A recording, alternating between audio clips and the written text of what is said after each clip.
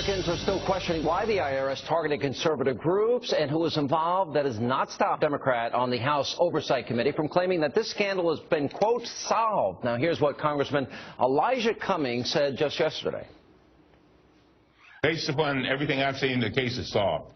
And if it were me, I would wrap this case up and move on, to be frank with you. In other words, I think we need to make, the IRS, by the way, the IG made some recommendations. Right. Those recommendations are being adopted by the IRS. We've got a new commissioner acting commissioner. Right. Danny Werfel doing a great job. I think we're in great shape.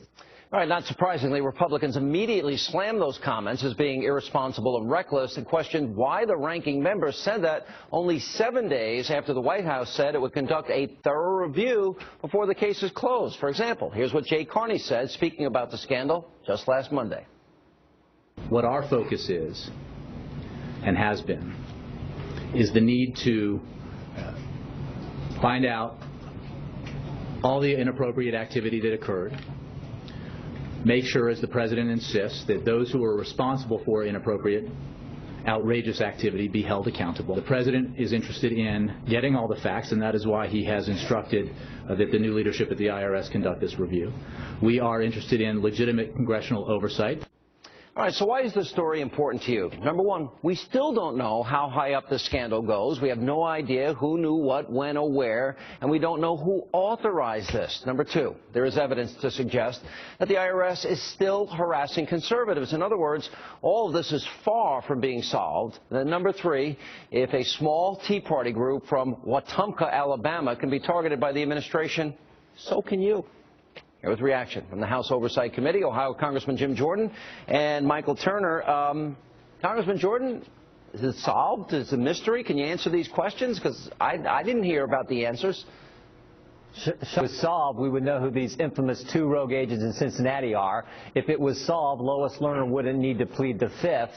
And never, ever, ever forget, this is the same agency that's going to be charged with enforcing Obamacare. That's why it's so critical we get to the bottom of this, and frankly, it's why it's so critical we stop them from having any part in Obamacare and try to stop the legislation altogether.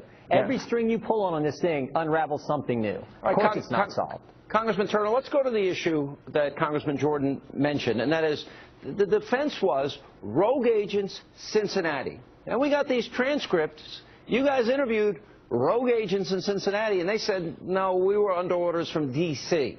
Have we resolved that? Absolutely not. I mean, Sean, as you just said, we're trying to hold people accountable and make certain that it doesn't happen again.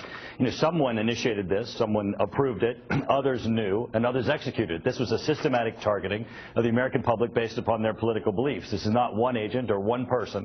Representative Cummings is absolutely wrong. The investigation is not over. You can't hold people accountable and make certain this doesn't happen again if you say that this, which was systematic, was done by one person. It certainly wasn't. Congressman Jordan, let me ask you the same question. The Cincinnati IRS workers contradicted that alibi. They said it was Washington. What do we know about it? Yeah, we know that the Carter Hall, the lawyer in Washington, was involved in this based on what they've told staff on the Oversight Committee in depositions. So, of course, we need to further investigate. We still don't know why Doug Shulman went to the White House 157 times. And Mike is exactly right.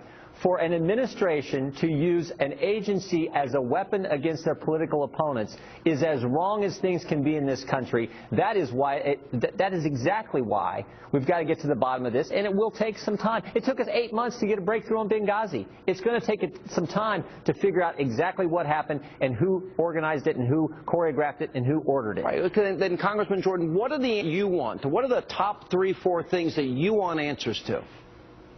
I want to know the people at the White House, the people in Washington who made this happen. If, in fact, it went to the White House, who, in fact, did that. You don't discover that until you interview folks, sit them down, ask them the questions, both in Cincinnati and in Washington. Just last week, we sent out for 15 additional people to interview, both in Cincinnati and Washington. That's how you get to the bottom of this. It took a long time. I keep going back to the Benghazi situation. It took a long time before Greg Hicks was willing to come forward and give us some answers on Benghazi. It's going to take some time to figure out who those key individuals are who are going to give us the truth and tell us where this started. That's the key thing in all these investigations. Congressman Turner, your top 3. What are the top 3 issues or questions you want answered?